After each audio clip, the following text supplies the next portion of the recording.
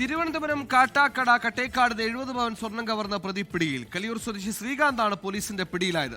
Bike മോഷണക്കേസിൽ പിടിയിലായ ശ്രീകാന്തിന്റെ ചോദ്യം ചെയ്യലിലാണ് സ്വർണ്ണ മോഷണക്കേസ് തെളിയുന്നത്.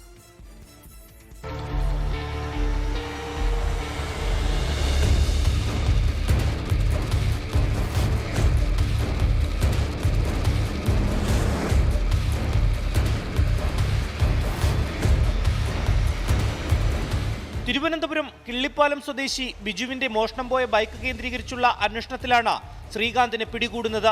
തുടർന്ന് ഫോർട്ട് പോലീസ് ഇയാളുടെ വീട്ടിൽ നടത്തിയ പരിശോധനയിൽ 60 പവനോളം സ്വർണം കണ്ടെത്തി. തുടർന്നുള്ള അന്വേഷണത്തിലാണ് ക്രിസ്മസ് രാത്രി കാട്ടാക്കട കട്ടക്കോട് സ്വദേശി ഷൈൻകുമാറിന്റെ വീട്ടിൽ നിന്ന് 70 പവനോളം മോഷ്ടിച്ചതിന്റെ ചുരുളഴിയുന്നത്. ഏകദേശം ഒരു 70-നും 75-നും ഇടയ്ക്ക് 72 പവനോളം 73 പവനോളം സ്വർണ്ണമാണ് നഷ്ടപ്പെട്ടുള്ളതാണ് ഞങ്ങളുടെ ഒരു കണക്ക്.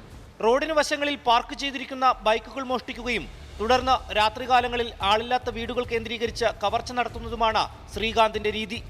കേരളത്തിലും തമിഴ്നാട്ടിലുമായി 26ഓളം മോഷണക്കേസിലെ പ്രതിയാണ് ഇയാൾ.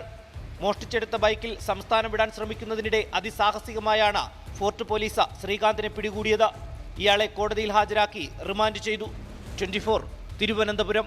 ലോകത്തെവിടെയായാലും ഏത് സമയത്തും 24 വാർത്തകളും ഓഗ്മെന്റഡ് റിയാലിറ്റി പാക്കേജുകളും എക്സ്പ്ലെയിനറുകളും വിശദമായി കാണാൻ ഞങ്ങളുടെ യൂട്യൂബ് ചാനൽ നിങ്ങൾക്ക് സബ്സ്ക്രൈബ് ചെയ്യാം.